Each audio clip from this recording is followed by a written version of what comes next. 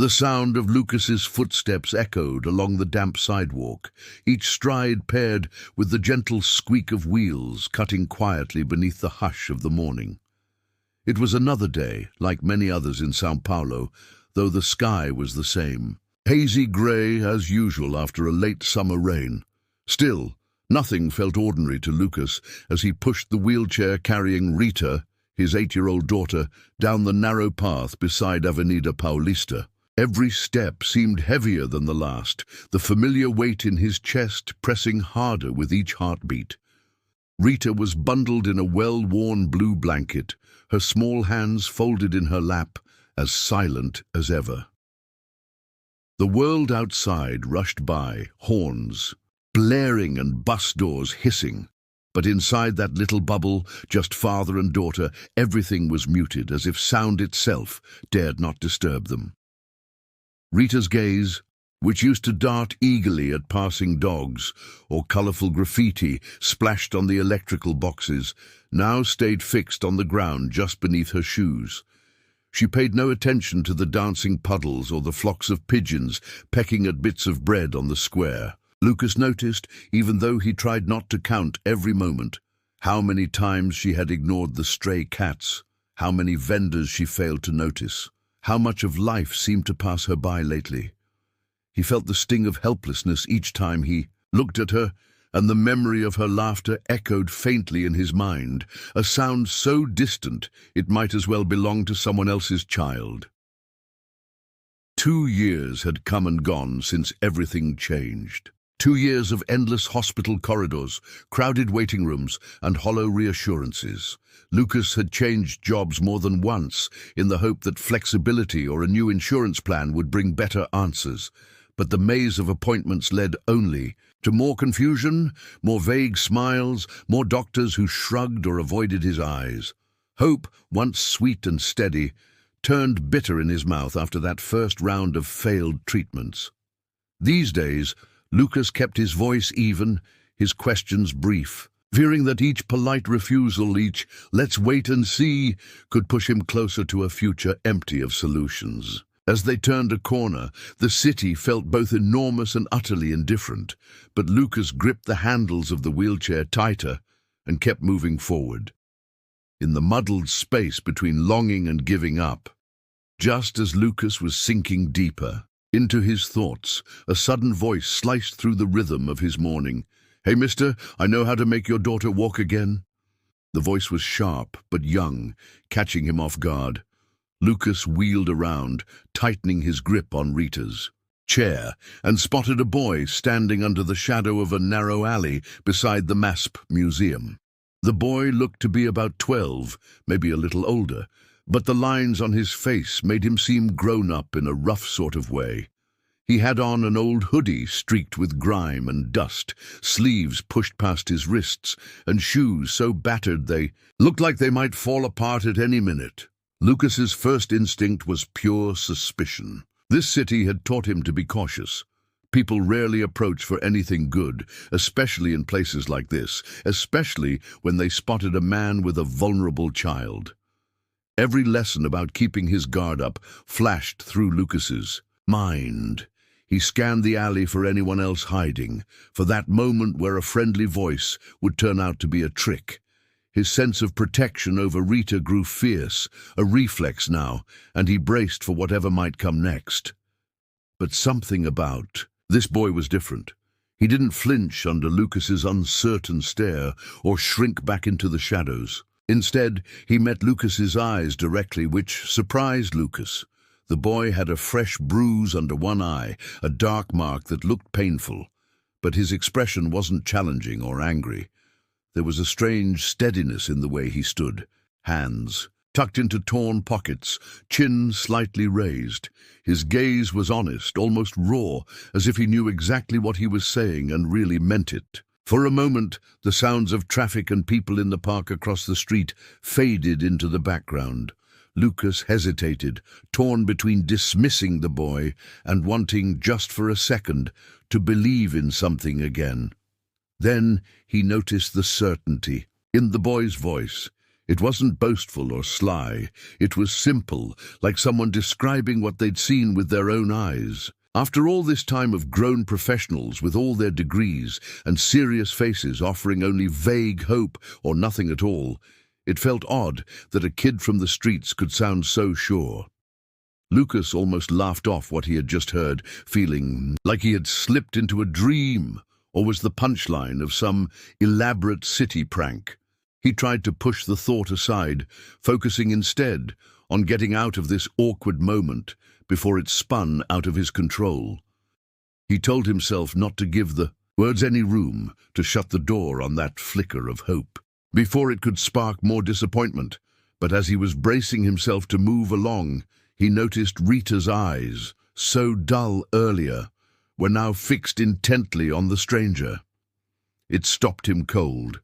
For the first time in weeks, there was actual curiosity. On her face, a faint trace of interest he hadn't seen in so long that it almost hurt.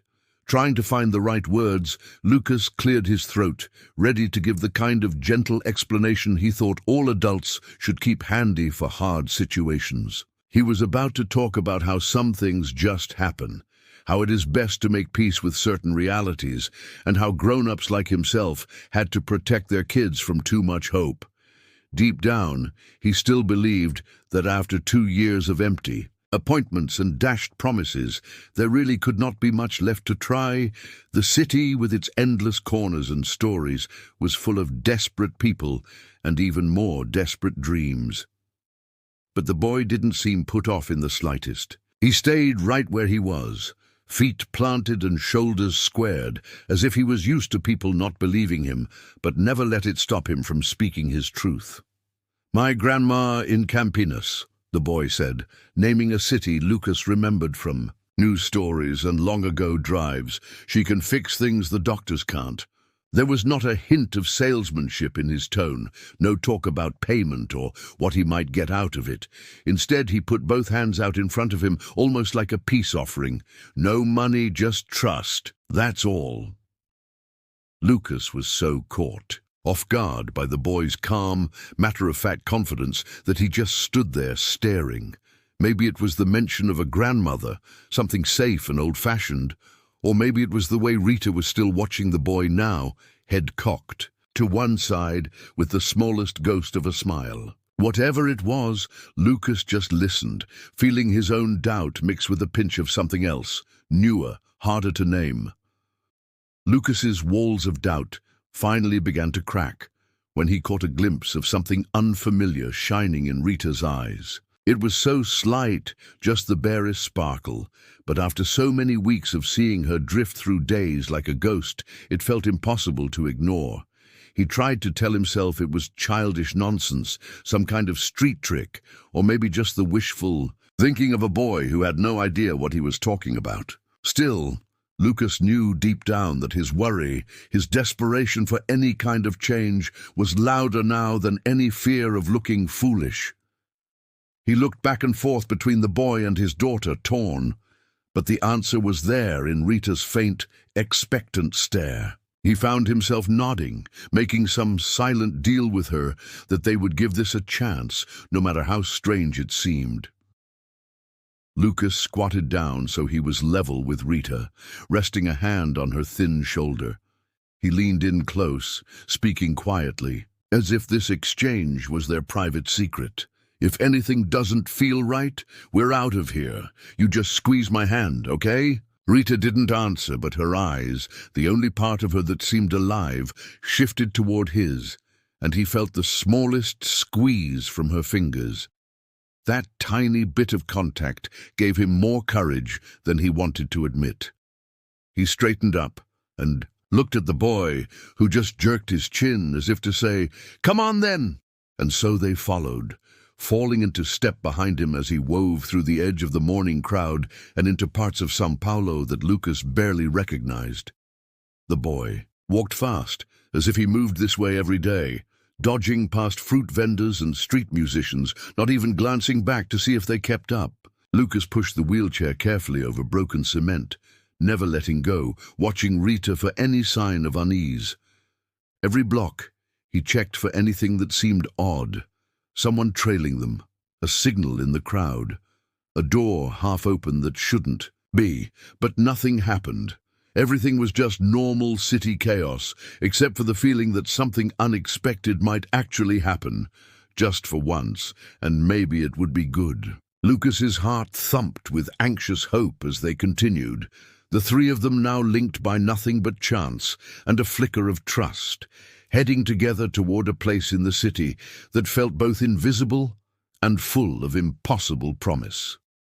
They moved slowly away from the busy heart of São Paulo, stepping into areas most people pretended not to see as they passed on the bus or hurried by in cars. One block melted into the next, and soon the glitzy storefronts and crowded cafes faded, replaced by little grocery shops with cracked windows and graffiti-covered walls. As the city's polish wore off, the sidewalks grew rougher.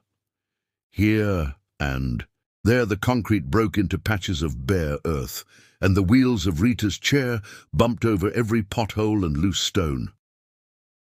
Each jar or jolt made Rita shudder, and Lucas's hands grew sweaty on the handles. The guilt weighed heavy. Had he made a mistake, following a perfect stranger without even a last name or a phone number? Every time they hit a big crack or had to steer around piles of trash, he questioned himself all over again. They squeezed past parked delivery trucks and old refrigerators left out for junk collectors. Every step took them further away from the comfortable São Paulo Lucas knew, a city of bright lights and neat apartment buildings, deeper into neighborhoods that felt foreign, even though they sat only a few kilometers from where he worked. He wondered if he should stop, turn around, maybe go home and forget all about this strange quest.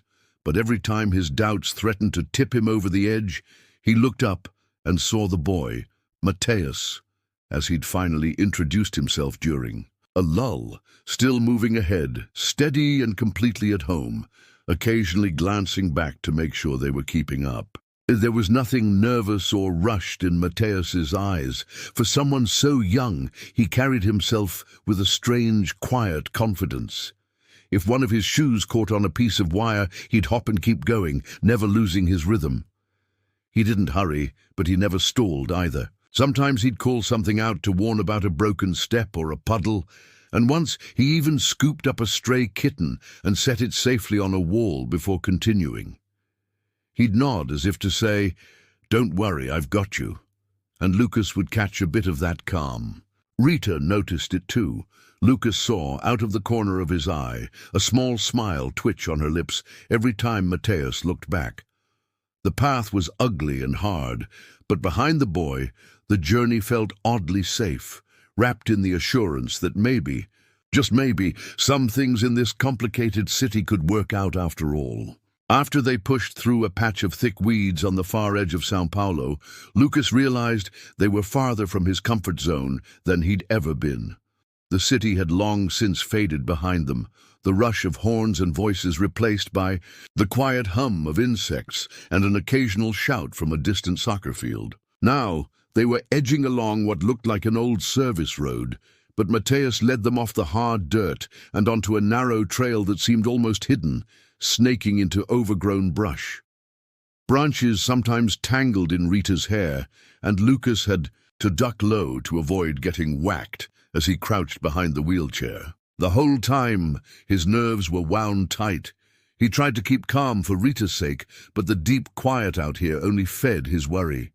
He wondered with every step if he'd made the wrong call, putting his daughter and himself at the mercy of some untested hope. For his hands, shaking as they guided the chair, even the birdsong seemed mocking. Just as Lucas was about to call out, to ask Mateus where exactly they were going, the path finally opened up. What he saw made him stop short.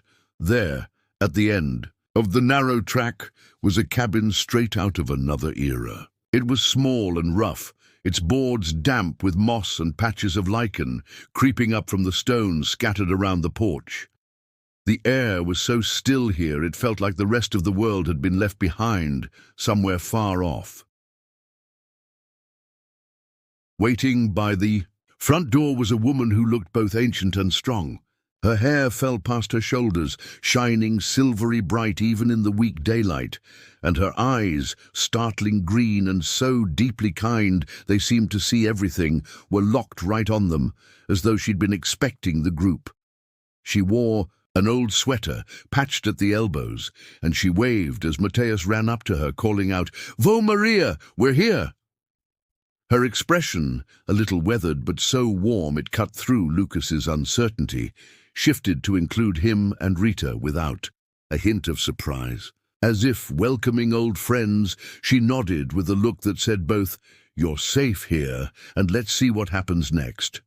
Instantly, some of Lucas's anxiety gave way to curiosity, maybe even to something like hope, as Rita clung quietly to his side, wide-eyed, looking up at this mysterious woman and the home tucked away at the wild edge of the city. Lucas stood frozen at first, unsure of what to make of this odd little scene. His first reaction was pure disbelief. A mossy hut in the borderlands of the city, and a woman he'd never seen before, who seemed to have been waiting for them as if she knew they'd come. None of it made much sense, even less after the long, rough journey here. He kept one hand on Rita's shoulder, half expecting her to ask to leave or show fear, but instead she sat quietly, her breathing more relaxed than it had been all morning. Her eyes darted around the yard, at the vegetable garden, the pile of firewood. The black cat curled on a sun-warmed stone, but she didn't seem scared at all. Lucas noticed a feeling around the cabin that he could only describe as peaceful. It hung in the air, the kind of quiet you never got inside a white-walled clinic, or even at home behind locked doors. For a second he let himself hope this strange place could offer something all the experts and expensive therapists never had. The woman stepped forward, moving with a gentle steadiness, and introduced herself as Maria. Her voice carried the warmth of an old friend rather than a stranger. She didn't ask about Rita's condition or why they'd come. Instead, she smiled and gently asked if it was all right for her to touch Rita's knees, saying she might be able to help, but wanted their permission first. Lucas started to answer, but he caught the look on Rita's face, nervous but hopeful, and simply nodded along with her whispered yes.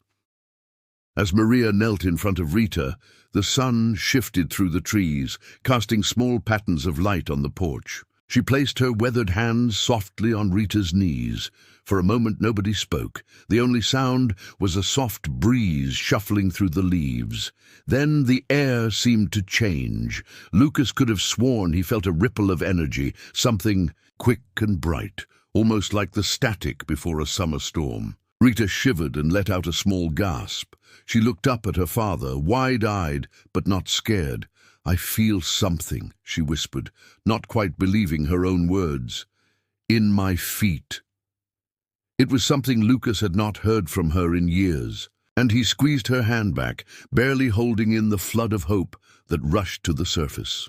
Lucas felt all the color drain from his face as he watched Maria close her eyes, her fingers still gently pressed against Rita's legs. She began to hum an old, low tune, a kind of song that seemed to float quietly out through the walls of the cabin and into the tangled brush beyond. It was nothing Lucas could recognize from a doctor's office or a hospital. It certainly was not science, and yet in that moment it felt so much more powerful than any prescription or cold consultation he remembered. The air inside the cabin almost buzzed with anticipation. Lucas hadn't realized he was holding his breath until he had to swallow hard just to get some air. All at once the whole room seemed to narrow down to just Rita, Maria, and the hush of that ancient melody. Lucas glanced at Matthias, who stood just inside the doorway with his hands tucked in his pockets, quiet and expectant, like this was exactly the outcome he had trusted all along. For Rita, the experience was both frightening and fascinating.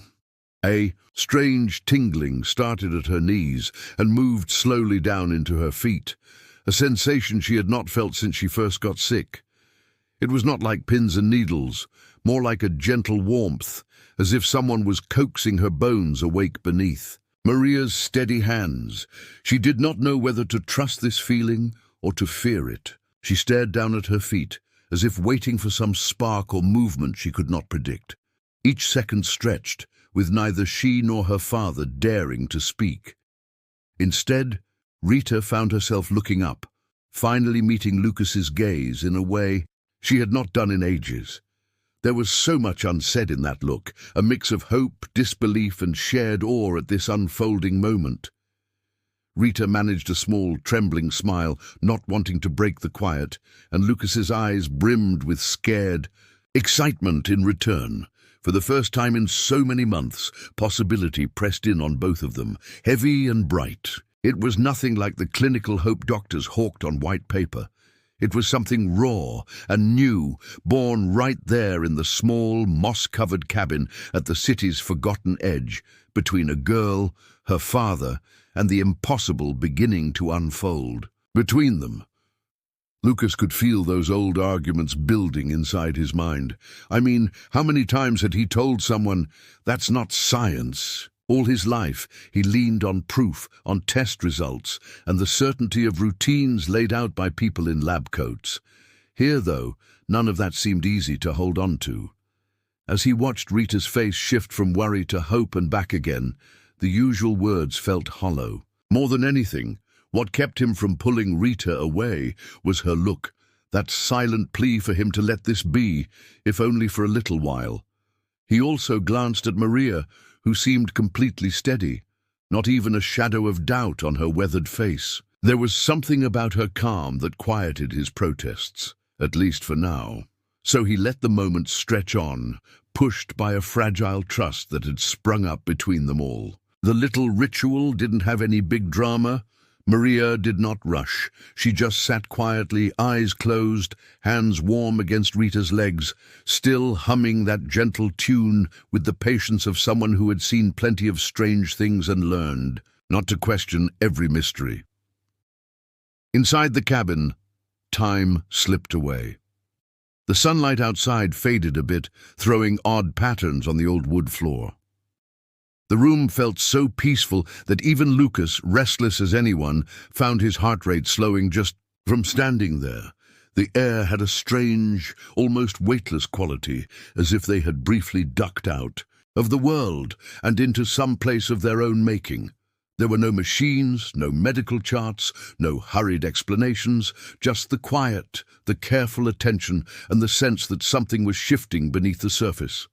Rita, too, grew still. As the minutes passed, she no longer flinched at every sound or tensed at touch. Instead, something started to unfurl inside her, running deep under her skin. She felt the presence of her father, the hope and worry mixed on his face, and Maria's gentle resolve holding it all together. There was no science, no equipment humming or doctors making notes, nothing but the shared presence of those three people in a weathered hut at the edge of São Paulo, and in that closeness, something almost invisible but real was beginning to work. After what felt like ages, Maria's humming finally faded out, and she opened her eyes. This time, her voice carried a little tremor, as if even she felt the weight of the moment. She looked straight at Rita, warmth and encouragement in her gaze, and gently said, "If you want to, you can try to stand up now." No pressure, no promises, just a simple invitation, tucked into the air like a fragile thread of hope. Lucas hardly dared to breathe. On one hand, he was terrified of Rita trying and failing again, like so many disappointing attempts back in the city's clinics and their own living room. But on the other hand, he couldn't ignore the quiet excitement in Rita's face, the way she seemed to have found a small, hidden store of bravery. The choice was hers alone. Lucas could only stand by and watch. Rita hesitated, looking down at her legs, as if convincing them to remember how things used to be. She glanced at Maria, who gave her an approving nod, and then at her father, who mouthed, "Only if you feel ready." The silence felt enormous, pressing in from all sides, as if the walls themselves were waiting for her answer. Even Matthias, who had barely moved since they stepped inside, straightened up and watched with wide eyes. With a slow breath and a determined jaw, Rita nodded. "I'll try," she whispered. Maria reached out, steady and patient, and helped her shift forward in the wheelchair. Rita placed her hands on the armrests and braced herself, feeling every ounce of her courage flood into her shaking arms. Maria's hands supported her, strong and comfortable, but not doing all the work, just enough for Rita to feel safe. She pushed down, legs trembling, expecting, maybe even waiting for the usual wave of sudden weakness. For a moment it was there. Her legs wobbled and threatened to give out, but they did not right away. Rita's whole body tensed, her eyes squeezed shut, and in that instant the room went dead silent. Nothing else existed except the effort of rising, the soft grip of Maria's hands, her father's hope, and the shock of actually being almost upright. In that long pause, all of them held their breath, not daring to break the silence as they witnessed what might be the very start of something new. Time froze as Rita shifted her weight, and with Maria barely steadying her, managed to stand.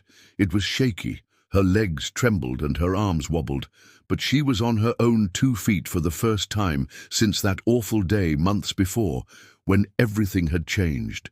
For a split second, she swayed, almost reaching for the chair, and then realized she was still upright.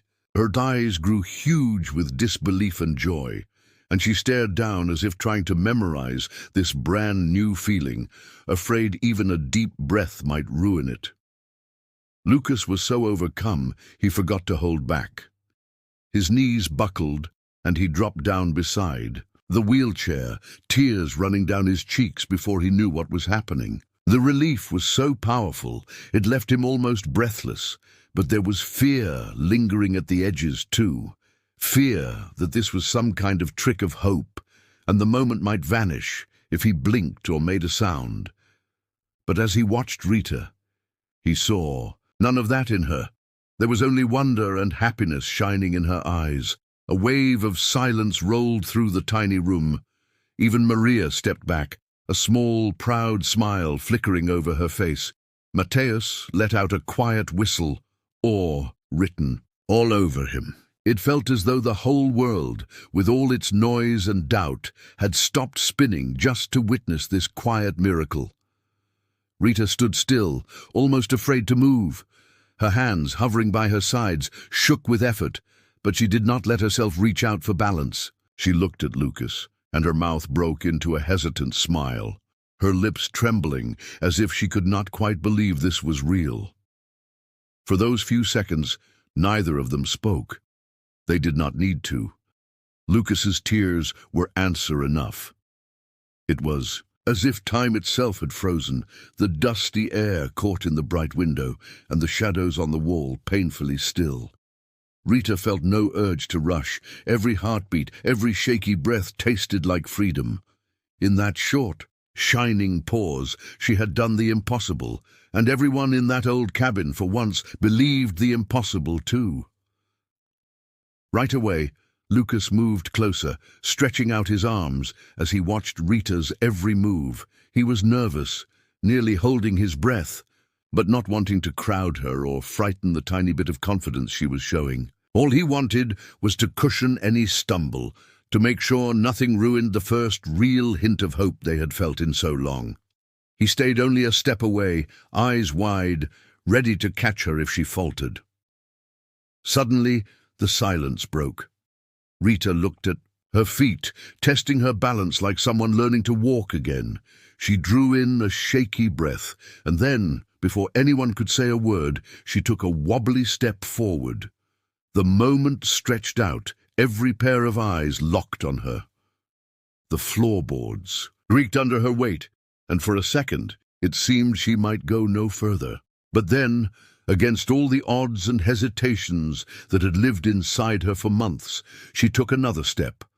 A little bolder than the first, though both feet seemed unsure, like the world itself wasn't steady beneath them. Time seemed to stop. For everyone in the cabin, Lucas's heart pounded so loud he was sure Rita could hear it. He wanted to shout, to cheer, but he didn't want to break the magic. For a heartbeat, Rita stood almost right in front of him, her face filled with a mix of triumph, disbelief, and pure happiness. But she was still weak from all she had lost, and her knees started to buckle. As she tipped forward, she lost her balance, arms out, but there was nothing like fear in her eyes, only trust that someone would catch her. She tumbled straight into Lucas's arms, and he caught her tight, holding her as if he would never let go. His embrace was full of relief and pride, every bit of worry and frustration melting away in that moment. Rita was shaking, not from weakness but from joy, and Lucas felt his own tears fall again, matching hers. For a while they both just clung to each other, crying and laughing at the same time, barely able to believe what had just happened. It was as if everything they had suffered disappeared, replaced by something new and beautiful. A feeling that, just maybe, they could start again.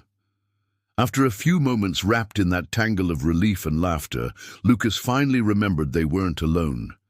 He loosened his grip around Rita and glanced over to where Sam had been standing all along, quiet and steady, by the doorway. Lucas was desperate for some kind of answer, something that would clear up the puzzle. He looked at Sam with a pleading expression, as if hoping maybe there was an explanation hidden in that calm face. For a second, Lucas thought he'd finally see Sam's poker face slip, revealing surprise or at least a little pride. But the boy only shrugged, almost as if these sorts of miracles happened all the time around him and he didn't see anything worth making a fuss over. There was something about Sam, some mix of wisdom and childlike acceptance, that gave Lucas pause, as if the truth was simply too big for words. Lucas, shaken by all that had just happened, felt a raw urge to repay both Sam and Maria somehow, like a debt he could never hope to measure. Pulling out his wallet, Lucas started offering money, his hands trembling with emotion. "Please, let me give you something," he insisted. He would have promised the world, anything to show how much this meant. He offered gratitude and babbled, wild promises, desperate to give some shape to the thankfulness stirring inside him. But Sam just shook his head, his answer as gentle and certain as ever. "I don't want anything," Sam said plainly. "Not money, not favors, none of that matters to me." He gave Rita a shy grin, his eyes glinting with quiet mischief, and then looked back at Lucas. "You know what does matter.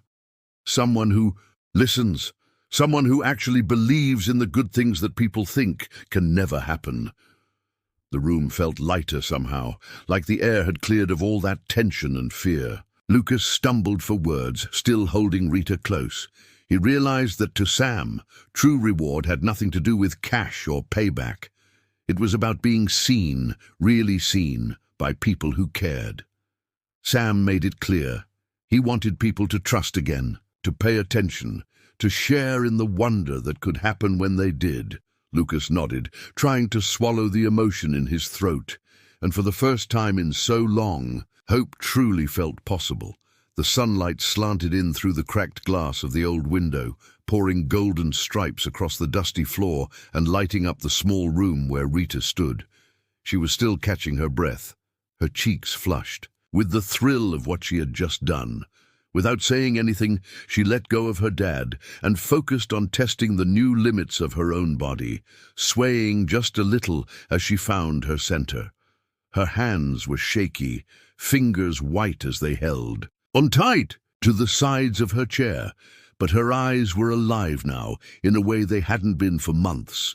There was fire in her gaze, the kind of stubborn hope that shows up when someone decides to start fighting again, no matter how slow the first steps might be. Lucas hovered close but hung back, giving his daughter space. He realized it was important to trust Rita and her will to keep pushing herself. He watched her muscles tense and relax as she shifted her weight, a determined line set in her jaw every time she faltered, and each slip met with a stubborn refusal to give up. Lucas recognized that look. He'd last seen it long before the accident, back when Rita was climbing jungle gyms in the playgrounds of Atlanta, refusing to stop just because she got scared or scraped a knee. The way she fought for every bit of balance now was different, but at the core, it was the same old Rita. Out on the overgrown street, birds kicked up a racket. Maybe blue jays or sparrows, singing louder than usual, as if announcing to the empty neighborhood that something important had shifted.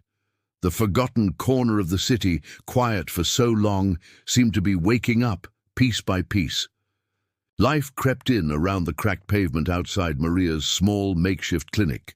The windows rattled faintly as a breeze swept through, and even the faint smell of honeysuckle felt stronger. Inside, nobody spoke. Maria simply nodded when Rita managed a few more awkward steps. It was a private kind of healing, quiet and real, with no audience and nothing to prove. In Maria's little sanctuary, mended and patched together from years of helping folks nobody else remembered, this was just another kind of miracle, a quiet rebellion against every reason to quit. And as the morning light grew brighter, Rita felt for the first time in forever that the road ahead might actually go somewhere new. Lucas's mind kept circling back to Sam. He just couldn't let go of the feeling that something bigger had happened here, a mystery waiting for an answer. As the gentle chaos in the room quieted down, Lucas found himself leaning in, almost forgetting to keep his voice low in his curiosity. "How did you know this could work, Sam?" he asked, voice thick with wonder and the last traces of relief. "Was there something special you learned, something passed down?" Sam hesitated, a small smile tugging at the edges of his mouth. He didn't seem bothered by the question, just thoughtful. "Nothing special," he started, glancing at his hands. "I was born with a bad foot, a clubbed foot, the doctors called it. My mom wasn't around. She dropped me off with my grandma up in Pittsburgh and never came back." Sam didn't say it sadly, just stated the facts like they were as normal as anything else. He shifted his weight and ran a finger across a worn patch on his jeans. He'd spent a lot of days out of sight, drawn to the quiet places no one visited, maybe because the world looked at his limp and turned the other way.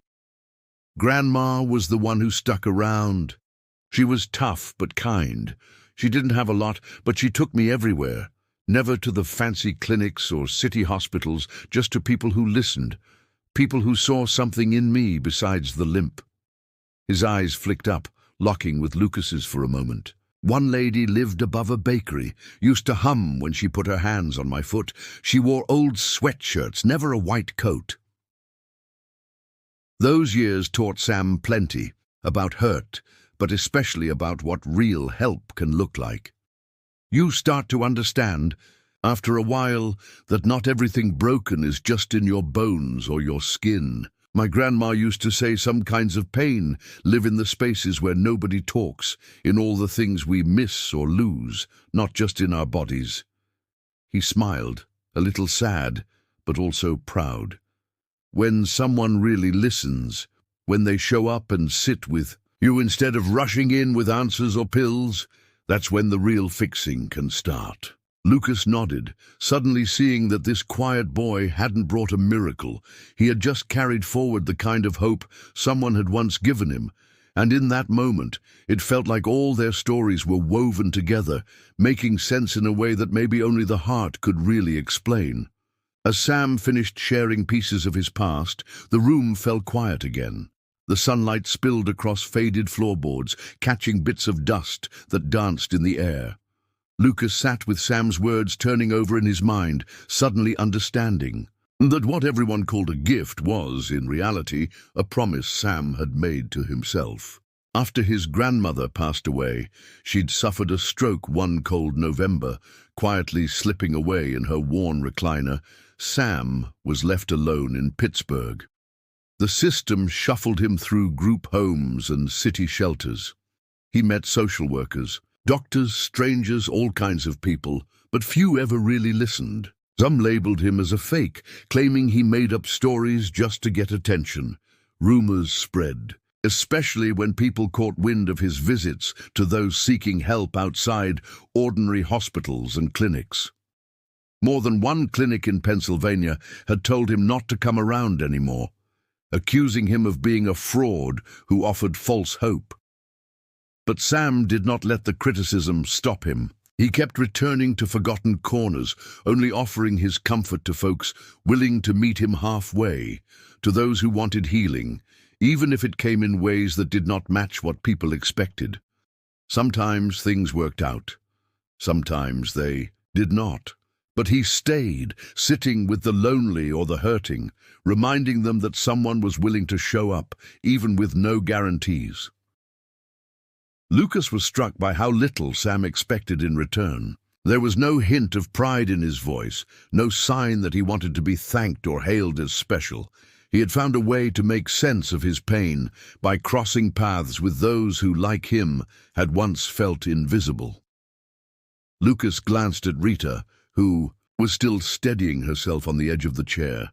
Their struggles were different, but somehow their scars had sewn their stories together. Both had lost so much, both carried marks that strangers would probably never see.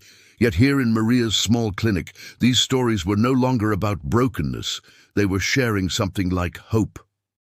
Lucas reached out and gave Sam's shoulder a gentle squeeze. He understood, maybe for the first time, that something had shifted, not just for Rita, but for all of them. Victory, he realized, did not always come as a miracle. Sometimes it lived in the quiet persistence to just keep trying together.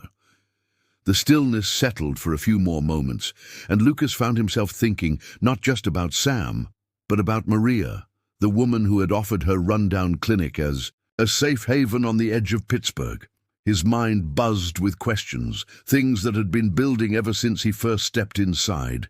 He remembered stories he'd heard in city hospitals, rumors about healers, about people who could do what doctors could not. In a sudden burst of curiosity, Lucas turned to Maria, searching her face for clues about who she really was. "Who are you, really?"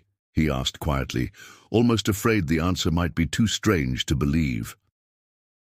Maria's answer was simple, yet it carried a weight that seemed to linger in the room. She smiled, lines crinkling at the corners of her eyes, and shook her head.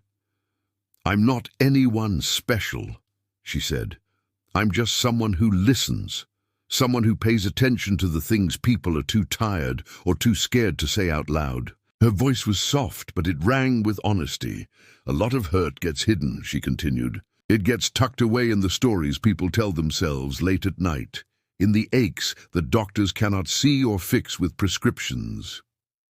She brushed dust from an old wooden table, her movements slow and gentle. "For me, healing isn't magic.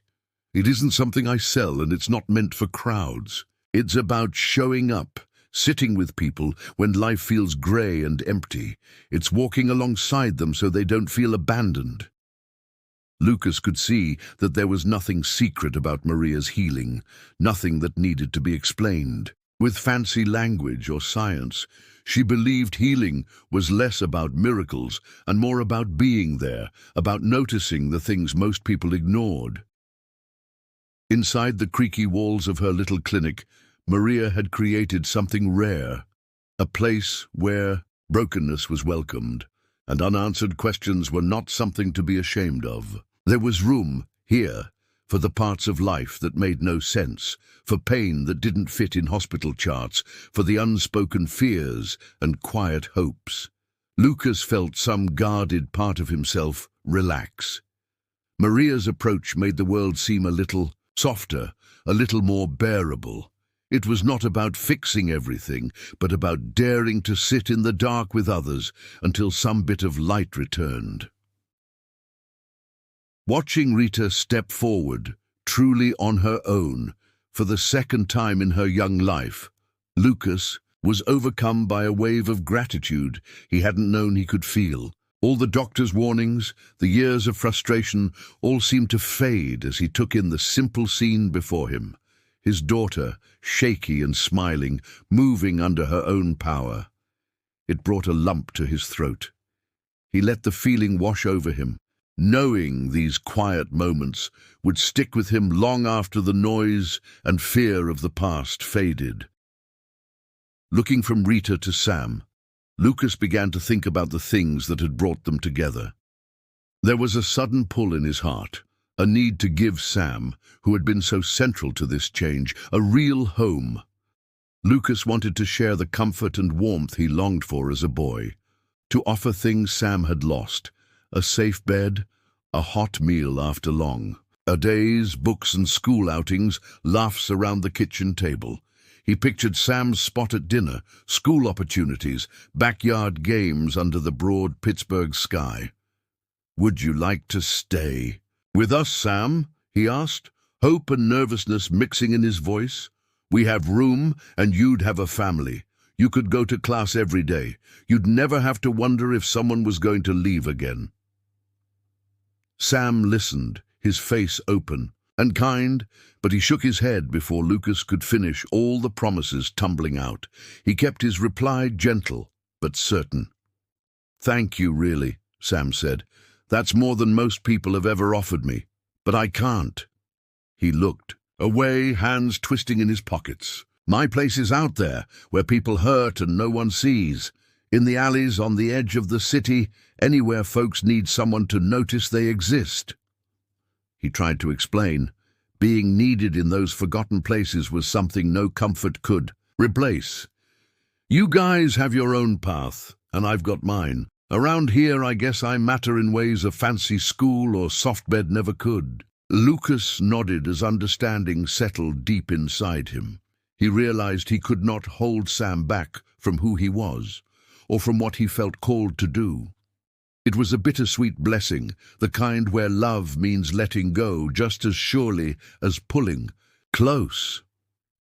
As the weight of Sam's decision settled between them, Lucas felt the urge to at least offer something of himself, some thread that could keep them linked, no matter how far Sam wandered through the corners of Pittsburgh. He reached into his wallet, fumbling for a business card he had nearly forgotten about. The card was a little bent at the edges, worn from months of being pushed and pulled among receipts and old-school photos. He pressed it into Sam's palm and held his gaze for an extra second, wanting to make the words stick. "This is my number, Sam. Day or night, if you ever find yourself needing a place to rest or someone to talk to, you call me. I mean it. I'll always answer." Sam examined the card, smoothing it out just so. With a care that made Lucas's heart ache, Sam folded the small rectangle in half, then in half again, finally tucking it into the pocket of his faded jeans. The gesture was almost ceremonial, like he was handling something valuable, a secret he meant to keep safe. Right then, Rita, who was still finding her legs, caught sight of Sam by the doorway. Without hesitating, she crossed the uneven floor. Her limp was noticeable, and each step looked like it took effort. But there was determination in every movement. She reached Sam and threw her arms around him in a tight hug. The embrace was clumsy, full of raw honesty, and neither said a word for a long moment. Sam stiffened at first, unaccustomed to this much affection, but then relaxed. He let his arms rest around Rita's shoulders, soaking in the pure kindness behind her gesture. For Rita, this wasn't just any hug. She was never sure if people would come back or say goodbye for good, so the hug felt like saving a piece of her own hope. She didn't care about the awkwardness or the fact that everyone in the room watched with soft smiles. What mattered was that Sam knew he was seen and valued, maybe not forever, but for now, and for certain. Lucas watched, standing in the halo of afternoon sunlight, feeling like he had witnessed something small but incredibly important. It was just a crumpled card, just a hug, but the meaning stretched out further than words or even promises ever could. A few days later, life settled back into the rhythms that had always marked Rita's days in her hometown outside Pittsburgh. Nothing looked different on the surface.